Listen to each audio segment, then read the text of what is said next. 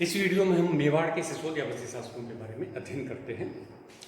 मेवाड़ का जो इलाका है वो राजस्थान के दक्षिण मध्यवर्ती भाग से दक्षिण तक फैला हुआ है। खास करके भीलवाड़ा के दक्षिण भाग, उदयपुर, राजसमंद, प्रतापगढ़, चित्तौड़गढ़ इनकी मुख्य राज्य क्षेत्र हुआ करते थे। इसके साथ साथ सीमावर्ती क्षेत्रों में इनके राज्य का विस्तार कभी कम कभी ज़्यादा होता रहता था। मेवाड़ में सिसोदिया वंश से पहले जो वंश शासन कर रहा था वो गुहिल वंशी शासकों का वंश था, और उनके जो अंतिम शासक थे वो थे रतन सिंह। जैसा कि आपको विदित है कि दिल्ली के खलजी वंशी शासक अलाउद्दीन खलजी ने आक्रमण करके चित्तौड़ पर अधिकार कर लिया, और उस युद्ध में रतन सिंह वीरगति को प्राप्त हुए, और इस प्रकार से चित्तौड़ के ऊपर अधिकार हो जाता है दिल्ली सल्तनत का। अलाउद्दीन खलजी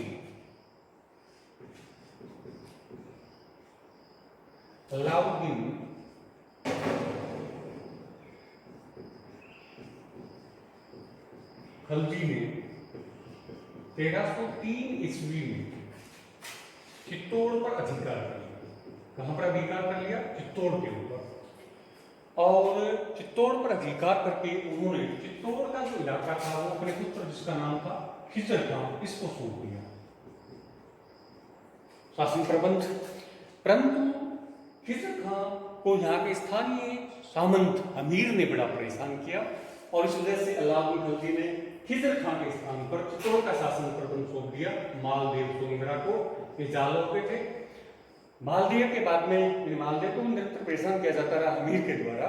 मालदेव के बाद में अगले जो शासक बने वो बनवीर इनके पुत्र थे, और इनको 1326 ईस्वी में अपदस्थ कर दिया गया इनके द्वारा, अमीर के द्वारा। तो इस प्रकार से 1326 ईस्वी में जो विदेशी आधिपत्य यानी दिल्ली सल्तनत का आधिपत्य अलाउद्दीन खलजी के द्वारा स्थापित किया गया था, स्थानीय शासन प्रबंध यदि भी देखा जा रहा था, उसका अंत कर दिया गया किसके द्वारा? अमीर के द्वारा। और यहाँ पर गुहिल वंश के स्थान पे सिसोदिया वंश की स्थापना होती है। तो हम अब देखते हैं अमीर के बारे में। तो सिसोदिया वंश के संस्थापक कौन हुए? अमीर। अमीर ने 1326 ईस्वी से 1364 ईस्वी तक शासन किया। अमीर का जन्म यानी हमीर सिसोदा ग्राम के थे, यानी कहाँ के थे? सिसोदा नामक ग्राम के थे, सिसोदे के थे, सिसोदा। और इनके दादा लक्ष्मण सिंह अलाउद्दीन खलजी के आक्रमण के समय अपने 7 पुत्रों के साथ वीरगति को प्राप्त हुए थे। एक पुत्र जीवित रह गए थे, इनका नाम था अजयपाल सिंह। अजयपाल सिंह के बाद में सिसोदा ग्राम के मुखिया कौन बनते हैं? हमीर बनते हैं। और उसके बाद में इनके नेतृत्व में स्थानीय सिसोदिया वीरों के साथ इन्होंने मालदेव और बनवीर को निरंतर परेशान किया। 1326 ईस्वी में बनवीर को पदस्थ करके चित्तौड़ पर अधिकार कर लेते हैं। इसके बाद में क्या होता है? इससे पहले जो चित्तौड़ के शासक जिनको गुहिल कहते थे, उसके बाद में सिसोदिया कहा जाने लगा। क्या कहा जाने लगा?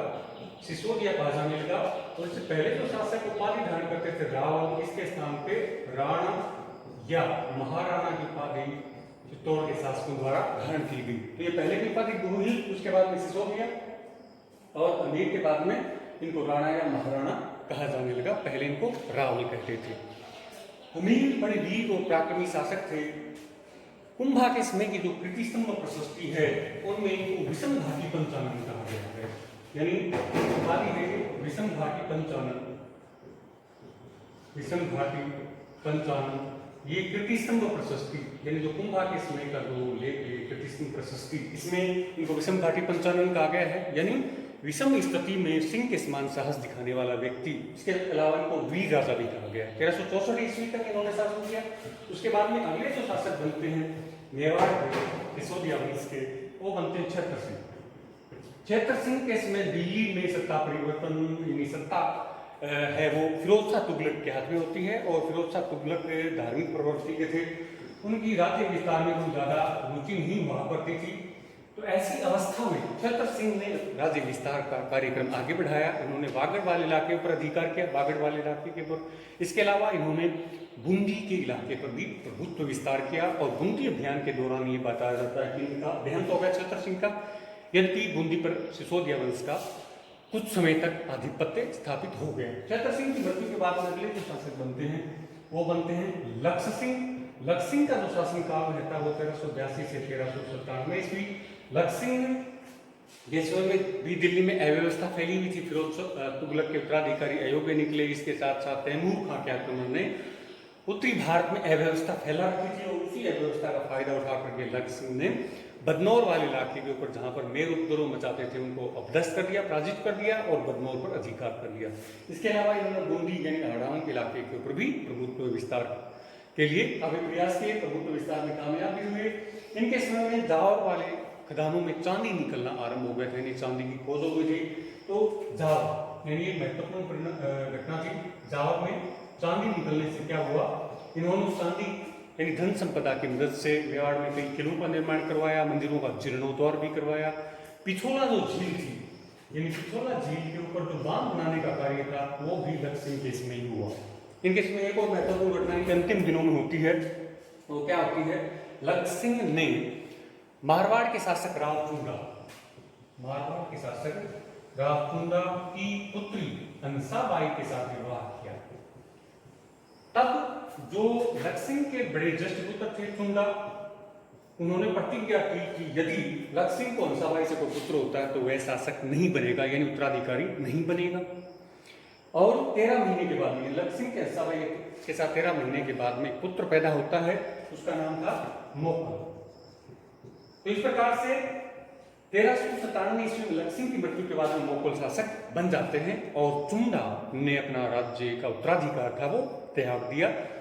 और ये जो प्रसंग था यानी लक्ष्य सिंह का अंसाबाई के साथ वृद्धावस्था में विवाह है, आगे लंबे समय तक यानी 70-75 साल तक मेवाड़ मारवाड़ संबंधों को बड़ा प्रभावित करता रहा, जो कि आगे के वीडियो में हम देखते रहेंगे। तो इस प्रकार से 1397 ईस्वी में जब मोकल अल्पवयस्क थे तब लक्ष्य सिंह का देहांत हो जाता है और उस पर मोकल अगले सिसोदिया वंशी शासक बनते हैं 1397 ईस्वी में और इनका शासनकाल रहता है 1433 ईस्वी तक। अब आपको ये पता है कि मोकल की अल्पवयस्कता के दौर में मोकल की मदद के लिए एक तो उनके बड़े भाई ज्येष्ठ जो भ्राता थे चुंडा और इसके अलावा इनकी माता अंसाबाई का बड़ा योगदान रहा। परंतु धीरे धीरे अंसाबाई के व्यवहार की वजह से या यूं कहें कि चुंडा के बढ़ते हुए प्रभुत्व की वजह से अंसाबाई ने देखा कि कहीं चुंडा अधिकार नहीं कर ले मेवाड़ की गद्दी के ऊपर, तब अंसाबाई का व्यवहार चुंडा के प्रति काफी तनावपूर्ण हो गया था। और ऐसी अवस्था में अंसाबाई ने क्या किया, चुंडा ने क्या किया, मेवाड़ राज्य त्याग करके मालवा में चले गए अपने बंधु बांधवों के साथ। यद्यपि ये चुंडा राघव देव नाम का एक सिसोदिया सरदार था उसको छोड़ गए थे ताकि मेवाड़ में मारवाड़ के जो रणमल यानी इसमें जो अंसाबाई के भाई थे रणमल वो भी मेवाड़ में रहा करते थे ज्यादातर समय, और उनकी वजह से राठौड़ का प्रभाव बढ़ गया था मेवाड़ में।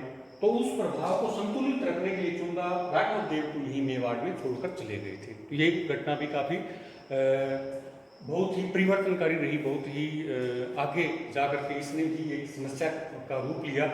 उसके बाद में हम देख लेते हैं कि मोगल की अल्पवयस्कता का फायदा उठाना आरंभ कर दिया उनके पड़ोसी राज्यों ने। उसमें से मालवा का शासक था होशंगा। मालवा मेवाड़ के दक्षिण पूर्व का इलाका होशंगा है। होशंगा ने क्या किया, जो मेवाड़ के दक्षिण पूर्व का छोर का एक सीमावर्ती मित्र राज्य था इनका, जिनका नाम था गागरों। इन गागरों का जो इलाका था इनके आश्रित राज्यों में से एक था और यहाँ के शासक थे अचलदास खिलजी। अचलदास खिलजी के ऊपर आक्रमण कर दिया होशंगा ने और उस युद्ध में मुगल विशेष सहायता नहीं कर पाया अचलदास खिलजी की। इस वजह से अचलदास खिलजी होशंगा के साथ लड़ता हुआ मारा गया और गागरों का इलाका होशंगा के नियंत्रण में चला गया। इस प्रकार से गागरों का इलाका मेवाड़ से अलग हो गया, उनके नियंत्रण से अलग हो गया। इसके अलावा जो गुजरात का शासक था अहमद शाह है, यानी गुजरात का शासक था अहमद शाह है, वह भी नागौर अभियान पर जा रहा था। तो मेवाड़ से लूटमार करते हुए निकल रहा था, यदि जा रहा था नागौर अभियान पर, तो उनकी लूटमार को बचाने के लिए मोगल सेना से प्रस्थान किया चित्तौड़ से और जीलवाड़ा नामक स्थान पे, जीलवाड़ा वाले इलाके में पड़ाव डाले हुए थे। तभी क्या होता है कि इनकी संबंधी थे चाचा व मेरा, मोगल के ही संबंधी थे चाचा व मेरा। ये छत्र सिंह की अवैध संतान थे। छत्र सिंह जी को फेटा कहा गया है, उनकी अवैध संतान थे